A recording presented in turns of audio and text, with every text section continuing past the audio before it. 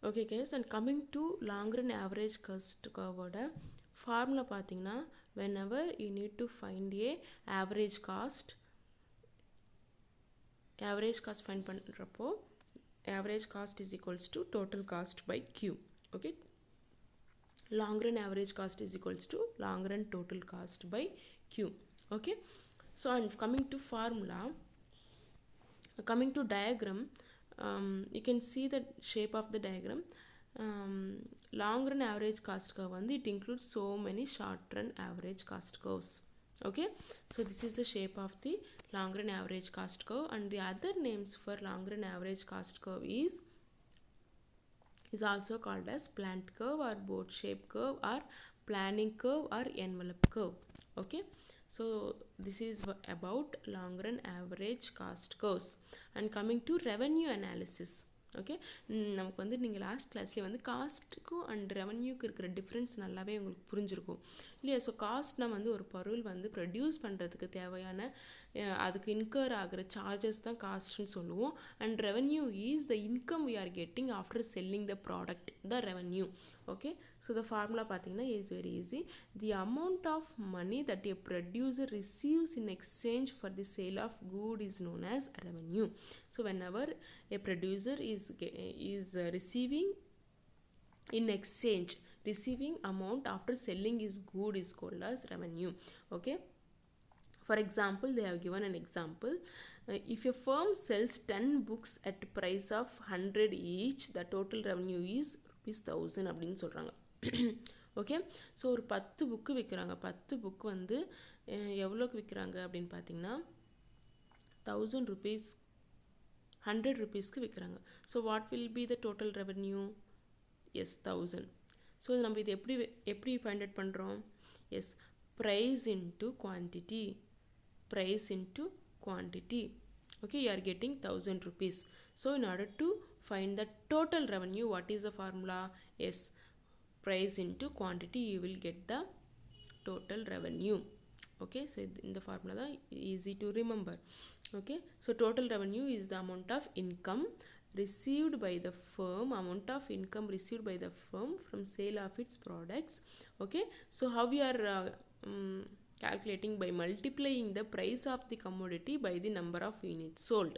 Okay, price of the commodity and the number of units or the quantity sold. Okay, if you see the tabular column here, so quantity sold with constant price, நீங்கள் வந்து எவ்வளோ வந்து quantity வந்து increase பண்ணாலும் 1 2 3 4 5 6 increase பண்ணாலும் என்ன ஆகுது? Price கான்ஸ்டண்ட்டாக இருக்குது. ஸோ இந்த மாதிரி டைமில் டோட்டல் ரெவன்யூ எவ்வளோ அப்படின்னு பார்த்தீங்கன்னா, you need to multiply price into quantity. 5 into 1 5, 5 into 2 10. So you need to multiply price into quantity. So total revenue find out பண்ணுறது 2 டைப்ஸ் இருக்குது. ஓகேவா? ஒன்று வந்து கான்ஸ்டன்ட் ப்ரைஸில் எடுத்துக்குவோம். எல்லா கான்ஸ்டன்ட்னா என்ன? சேம். ஓகே, ஸோ ப்ரைஸ் எல்லாமே கான்ஸ்டண்ட்டாக இருக்கும். அப்போ அதோட டோட்டல் ரெவன்யூ எவ்வளோ அப்படின்னு ஃபைண்ட் அவுட் பண்ணணும். And next, when the price is declining. Okay, first என்ன? ப்ரைஸ் கான்ஸ்டண்ட்டாக இருக்குது. அப்போ அதோட டோட்டல் ரெவன்யூ எவ்வளோன்னு ஃபைண்ட் அவுட் பண்ணுறோம். And next step is price decrease ஆகிறப்போ. Okay, so quantity sold. Okay, each quantity வந்து இன்க்ரீஸ் ஆகிறப்போ என்ன ஆகுது? ப்ரைஸ் ஒரு யூனிட்டுக்கு டிக்ரீஸ் ஆகிட்டே இருக்கும். ஓகே, ஸோ 1 2 3 4 5 இன்க்ரீஸ் ஆகுது and price is decreasing. So இந்த மாதிரி டைமில் வந்து டோட்டல் ரெவன்யூ எவ்வளோ அப்படின்னு ஃபைண்ட் அவுட் பண்ணணும். 2 டைப்ஸ் ஆஃப் டேபிளர் காலம் இருக்கும். ஓகேவா? டோட்டல் ரெவன்யூக்கு ஒன்று வந்து ப்ரைஸ் கான்ஸ்டன்ட்டில் இருக்கும். Second one is when the price is decreasing, when increase in the quantity increase ஆகிறப்போ ப்ரைஸ் என்ன ஆகும்? டிக்ரீஸ் ஆகும். அப்போ அந்த டோட்டல் ரெவன்யூ எவ்வளோ அப்படின்னு ஃபைண்ட் அவுட் பண்ணணும். ஜஸ்ட் சிம்பிள், டோட்டல் ரெவன்யூனாலே quantity into price. Okay, 2 types. First ஸ்டெப்பில் ப்ரைஸ் வந்து கான்ஸ்டண்ட்டாக எடுத்துக்கிறோம் அண்ட் செகண்ட் ஸ்டெப்பில் வந்து ப்ரைஸஸ் வந்து டிக்ரீஸ் ஆகிட்டே இருக்குது with increase in the quantity. Okay, so 2 types of graph வரும். ஓகே, கான்ஸ்டண்ட்டாக இருக்கிறப்போ கிராஃப் என்ன அப்படின்னு பார்த்து போடுங்க. கிராஃப்க்கு வந்து எக்ஸ் ஆக்சிஸ் வந்து குவான்டிட்டி எடுத்துக்கோங்க 1 2 3 4 5 அண்ட் ஒய் ஆக்சிஸ் வந்து டோட்டல் ரெவன்யூ எடுத்துக்கோங்க. ஓகேவா? ஸோ குவான்டிட்டி 1 இருக்கிறப்போ அதோட அவுட்புட் என்ன, 2 இருக்கிறப்போ அதை டோட்டல் ரெவன்யூ என்ன அப்படின்னு பார்த்து நீங்கள் டேபிளர் காலம் பார்த்து கிராஃபை பிளாட் பண்ணுங்கள். Okay, In the same way for price declining also you need to plot the graph. Okay, இங்கே வந்து எப்படி இருக்கும் graph அப்படின்னு பார்த்தீங்கன்னா இதோட graph வந்து எப்படி இருக்கும், the shape of the curve will be a straight line. Okay, whereas here the இங்கேயும் அப்படி தான் நீங்கள் வந்து இது கிராஃப் வந்து பிளாட் பண்ணுங்கள். அவுட்புட் வந்து 1 to 10 வரைக்கும் எடுத்துருக்கணும். குவான்டிட்டி அவுட்புட் வந்து 1 to 10 எடுத்துக்கணும். அண்ட் டோட்டல் ரெவன்யூ, ஸோ 1 இருக்கிறப்போ டோட்டல் ரெவன்யூ இஸ் 10 கிட்ட பிளாட் பண்ணிக்கோங்க.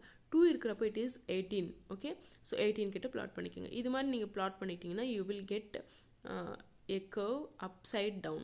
Okay, so these are the two graphs and 2 tabular columns you need to remember.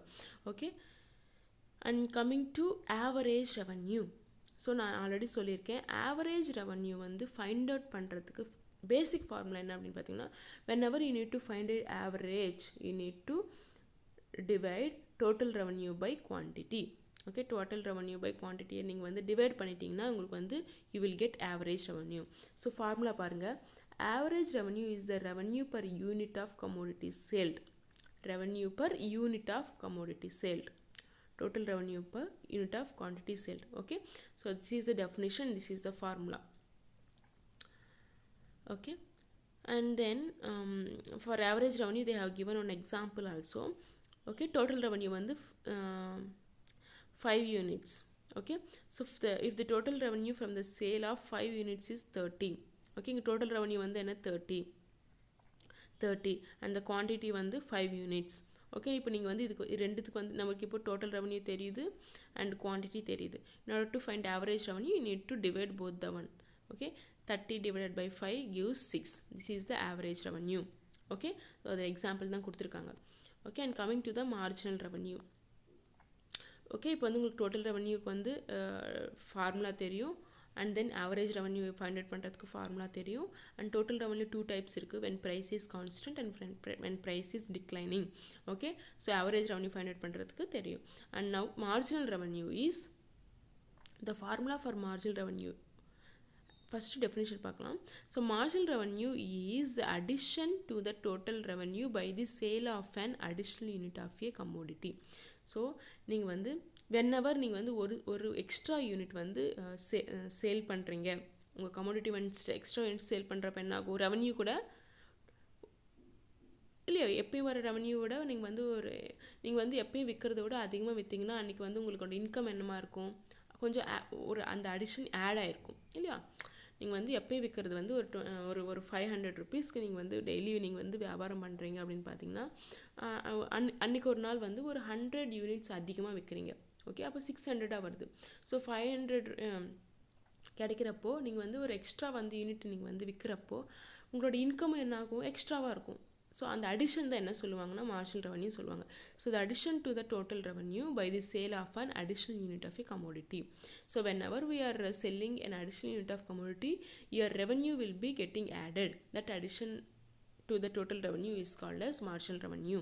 Okay, so the formula for marginal revenue is, இது மட்டும் எழுதுனா போதும், marginal revenue is equals to TRN minus TRN minus 1.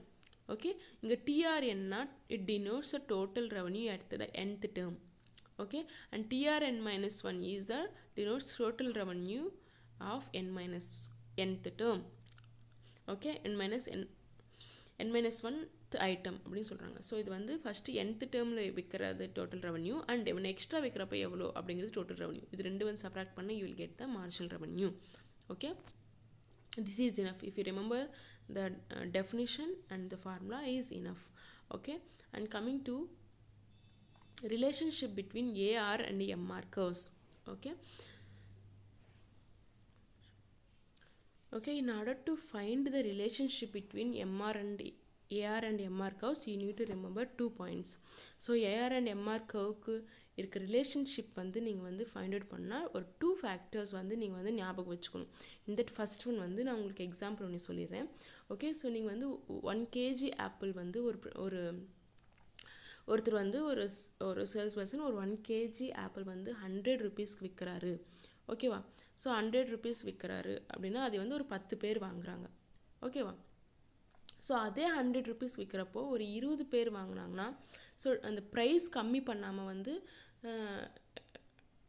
Like கம்மி பண்ணாமல் விற்றா ஒரு 10 பேர் தான் வாங்குறாங்க. ஒரு 100 ரூபாய்க்கு விற்கிறப்போ ஒரு 10 பேர் வாங்குறாங்க.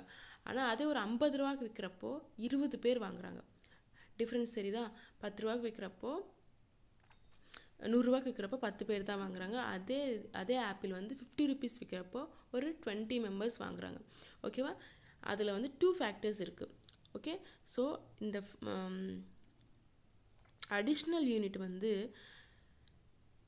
ஏஆர் அண்ட் எம்ஆர் வந்து எப்போ கான்ஸ்டண்ட்டாக இருக்கும்னா நீங்கள் வந்து அந்த ப்ரைஸை வந்து கம்மி பண்ணாமே விற்றீங்கன்னா ஏஆர் அண்ட் எம்ஆர் வந்து கான்ஸ்டண்ட்டாக இருக்கும். அதே வந்து ப்ரைஸை வந்து ரெடியூஸ் பண்ணிட்டீங்கன்னா, ரெடியூஸ் பண்ணி தான் விற்றா தான் 20 பேர் வாங்க முடியும். அந்த மாதிரி சுச்சுவேஷன் வந்து நீங்கள் 50 ரூபாய்க்கு விற்கிறீங்க. ஸோ அந்த மாதிரி சுச்சுவேஷன் என்ன ஆகும் பார்த்தீங்கன்னா ஏஆர் அண்ட் எம்ஆர் வந்து குறைஞ்சிரும். ஓகே, கான்ஸ்டண்ட்டாக எப்போ இருக்கும் அப்படின்னு பார்த்தீங்கன்னா சேம் ப்ரைஸாக இருக்கிறப்போ தான் கான்ஸ்டண்ட்டாக இருக்கும். ஸோ ஏஆர் அண்ட் எம்ஆர் வந்து ஏஆர் அண்ட் எம்ஆர் கான்ஸ்டண்ட்டாக இருக்கும் when the price is same, and AR and MR will be falling when the price is reducing. Okay, இந்த 2 பாயிண்ட் ஞாபகம் வச்சுக்கோங்க. Okay, so from this you can draw a diagram.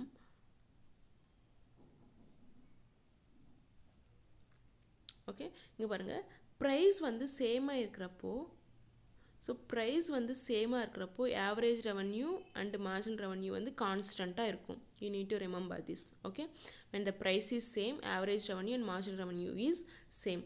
Okay, நீங்கள் வந்து இப்போ total revenue எப்படி find out பண்ணுவீங்க? Formulas ரொம்ப important, நல்லா ஞாபகம் வச்சுக்கோங்க. டோட்டல் ரெவன்யூ வந்து எப்படி கால்குலேட் பண்ணுவீங்க? Price into quantity total revenue. So 5 × 1 5, 5 × 2 2, 10. Okay, இது மாதிரி டோட்டல் ரெவன்யூ ஃபைண்ட் அவுட் பண்ணிக்கணுங்க. ஓகே, கான்ஸ்டன்ட் ப்ரைஸாக இருக்கிறப்போ ஆவரேஜ் ரெவன்யூ மார்ஜினல் ரெவன்யூ நீங்கள் டிஃபால்ட்டாக சேமாக போட்டுக்கலாம். Okay, so first average revenue வந்து யூஸ்வலாக வந்து டோட்டல் ரெவன்யூ பை கியூ தான் நம்ம வந்து average revenue. Okay, so first என்னது 5/1 = 5.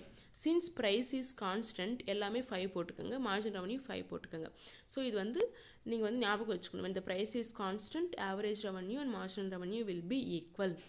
ஓகே, ஸோ அப்போ அதோட கிராஃப் எப்படி இருக்கும் அப்படின்னு பாருங்கள். ஓகே, ஸோ எக்ஸ் ஆக்சிஸில் வந்து 1 2 3 4 5 6 அவுட்புட் எடுத்துக்கோங்க, அதை குவான்டிட்டி. அண்ட் ப்ரைஸ் வந்து சேமாக இருக்கிறதுனால 5 எடுத்துக்கோங்க. ஓகே, ஸோ சின்ஸ் எல்லா அவுட்புட்டுக்குமே 1 2 3 4 5க்கும் எல்லாமே 5னால, so here you will get a straight line horizontal to x axis. Here AR will be equal to MR. Okay, so this is the first diagram and graph. Okay, next step என்ன அப்படின்னு பார்த்தீங்கன்னா when the AR and MR எப்போ decrease ஆகும் அப்படின்னு சொன்னேன்? Price decrease ஆகிறப்போ AR and MR வந்து decrease ஆகும் அப்படின்னு சொல்லியிருந்தேன் இல்லையா? ஓகே, இங்கே வந்து லார்ஜ் குவான்டிட்டி இன்க்ரீஸ் ஆக ப்ரைஸ் வந்து என்ன ஆகும்?